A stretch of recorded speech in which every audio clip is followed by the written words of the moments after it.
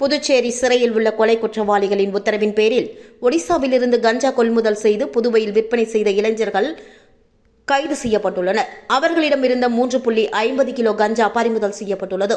சிறை குற்றவாளிகளின் நீதிமன்ற வழக்கு செலவுக்கும் மீதி பணத்தை ஜிபே மூலம் அனுப்பியதாகவும் கைதானவர்கள் பரபரப்பு வாக்குமூலம் அளித்துள்ளனர்.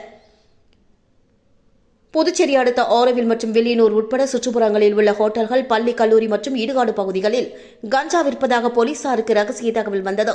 அதன் அடிப்படையில் வில்லியனூர் சரக எஸ்பி வம்சிதர் ரெட்டி உத்தரவின் பேரில் தானைப்படை போலீசார் கடந்த 2 மாதங்களாக கோட்டைமேடு வினோத் என்கிற வினோத்குமார் மற்றும் பங்கூரை சேர்ந்த சதீஷ்குமார் ஆகிய இருவரையும் கண்காணித்து வந்தனர். அப்போது அவர்கள் இருவரும் சமீபத்தில் ஒடிசா சென்று வந்துள்ளனர். இந்த தகவல் போலீசாருக்கு கிடைத்தது.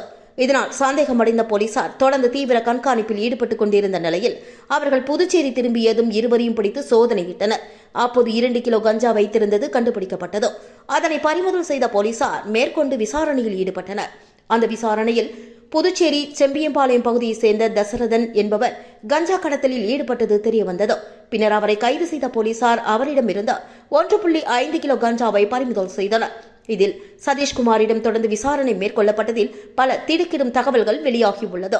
வில்லியனூர் பாஜக பிரமுகர் செந்தில்குமார் கொலை வழக்கில் கைது செய்யப்பட்டு காலப்பட்டு மத்திய சிறையில் அடைக்கப்பட்டுள்ள முக்கிய குற்றவாளியான நித்யானந்தம் மற்றும் அவரது கூட்டாளி ராஜா மற்றும் ஒரு நபர் வினோத்குமாருடன் தொடர்பில் இருப்பதும் சிறையில் இருந்த வண்ணமே செல்போனில் பேசியதையும் ஒப்புக்கொண்டுள்ளனர்.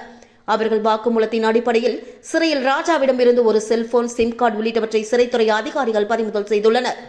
மேலும் சதீஷ்குமார் கொலை முயற்சி வழக்கு ஒன்றில் சிறைக்கு சென்றபோது சிறையில் நித்யானந்தத்துடன் பழக்கம் ஏற்பட்டது என்றும் வெளியில் வந்த பிறகு நித்யானந்தத்திற்கு அனைத்து பணிகளையும் தான் செய்து வந்ததாகவும் ஒப்புக்கொண்டுள்ளார்.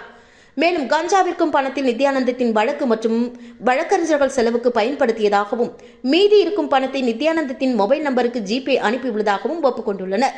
மேலும் அவர்கள் கொடுத்த வாக்குமூலத்தின் அடிப்படையில் தலைமறைவாக இருந்த 2 பேரை போலீசார் தேடி வருகின்றனர். இதுகுறித்து செய்தியாளர்கள் மத்தியில் பேசிய எஸ்பி வம்சிதர் ரெட்டி, கஞ்சா வழக்கில் கைது செய்யப்பட்டுள்ள குற்றவாளிகளுக்கு தண்டனை பெற்றுத் தருவதற்கான நடவடிக்கை தீவிரமாக எடுத்து வருகிறோம் என்றும், ஒடிசாவிலிருந்து ரயில் மூலமாக கஞ்சாவை வாங்கி வருவதாகவும், தற்பொழுது பறிமுதல் செய்யப்பட்ட கஞ்சாவின் மதிப்பு சுமார் 48,000 என்றும், இந்த வழக்கில் 3 பேரை கைது செய்துள்ளதாகவும், ஏற்கனவே 3 பேர் சிறையில் அடைக்கப்பட்டுள்ளதாகவும், 2 நபர்களை தேடி வருவதாகவும் தெரிவித்துள்ளார்.